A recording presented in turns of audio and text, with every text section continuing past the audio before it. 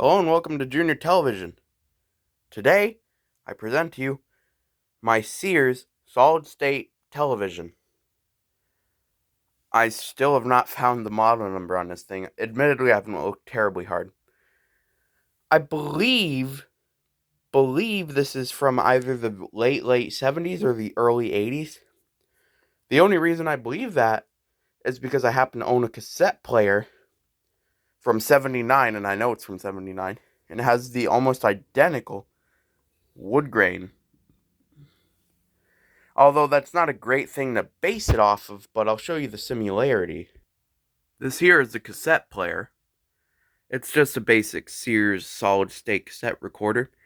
It is to be featured in its own video, so I'm not going to spoil that here, but you can see the similarity in wood grain texture.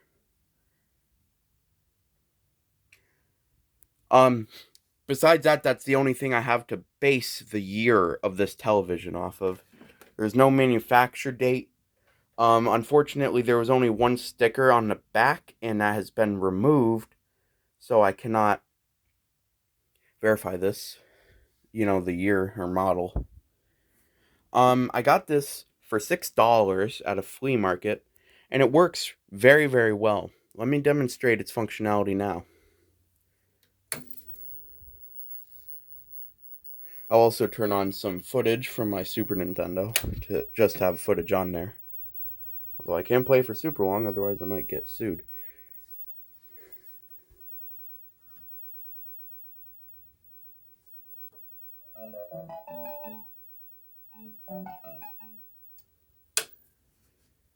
So yeah, to turn it on, like you may have noticed, you just pull out on this button. To turn it off, you push it in. To adjust the volume, when you have it on, of course, you rotate it.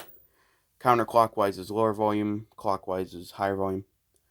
This is the AFC button. I'm not a good cameraman. This is the AFC button. I think it stands for automatic frequency control. If you're getting a bad signal, rather than having to mess with these inner dials here, you can just press AFC and usually it'll get you a good result.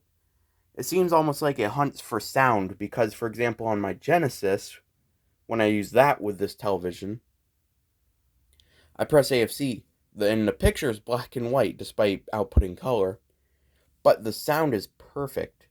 Whereas if I fiddle with the knob, with the AFC off, I can get color and sound, but the sound isn't as good. Speaking of which, let me show you how these little knobs work, because they're kind of weird and not the way you would expect. You don't just turn them like this. You actually have to push in when you turn it to verify that to the television that you want this to be adjusted. I don't know why that is. Also, unlike other televisions, these ones take an enormous amount of turns to adjust the picture properly. You have to spin it about 5 full revolutions. Really, if you rotate it all the way to one end, to where the picture, to the very beginning of channel 3, for example, and then you have to do about 10 rotations until you're all the way to the other end of channel 3.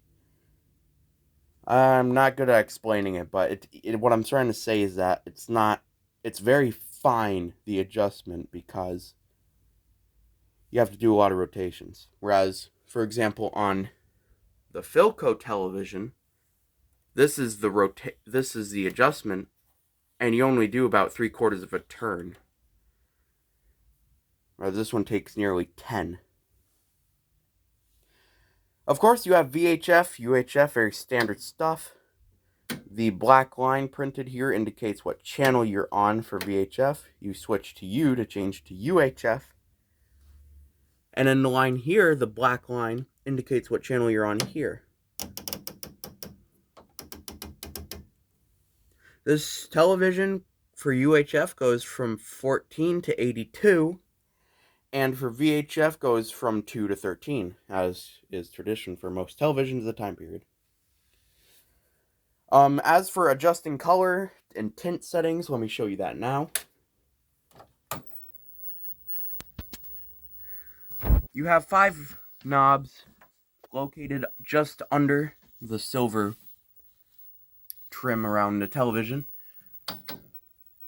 And here's how they work. First one is color. It changes the color. Have more color, less color. Tint. You can go from a very greeny blue tint to a very hot, or is that also green? It changes the tint is what I'm saying here. Let me just dial that back in. It's a little bit.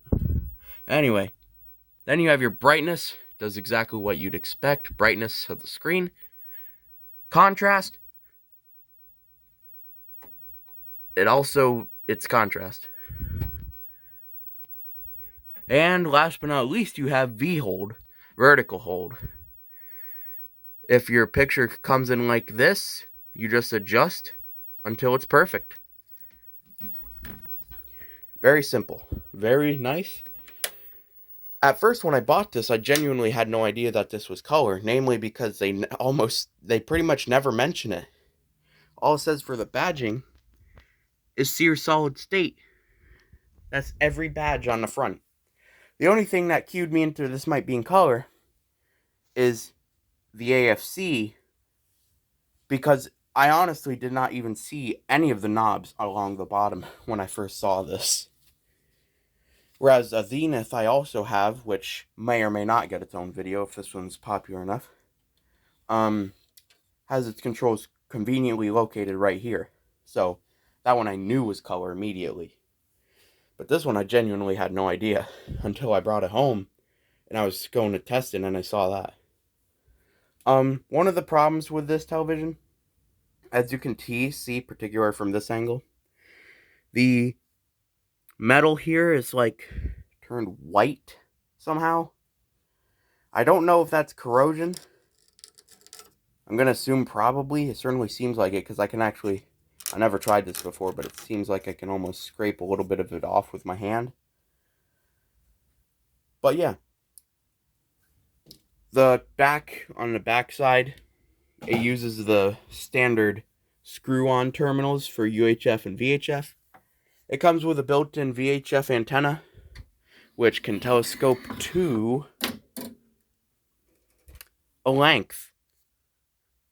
I believe that's about 4 feet. About 4 feet of antenna, but not that that's useful anymore because where I am in America, we no longer broadcast analog television, and this does not receive digital. So that's all for the Sears Solid State Color Television. I hope you enjoyed this video. And if you liked the video, like I said, please like the video. If you dislike the video, please dislike the video and leave a comment telling me why. And if you have any feedback, also leave it in the comments. If you want more content like this, please consider subscribing. Thank you again, and goodbye.